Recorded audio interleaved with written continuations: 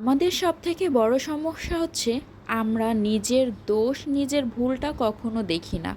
আমরা সবসময় ব্যস্ত থাকি অন্যের দোষ খুঁজতে, অন্যের ভুল খুঁজতে। কিন্তু আমাদেরও যে হাজার হাজারটা ভুল থাকতে পারে, আমরাও যে দোষ করতে পারি, এই জিনিসটা কখনোই আমরা মাথায় রাখতে চাই না। আমরা চাই যে অন্যে কোন দোষটা করলো, ও কি করলো না করলো, আমরা সেই দোষ ভুল খোঁজার জন্য ব্যস্ত থাকি।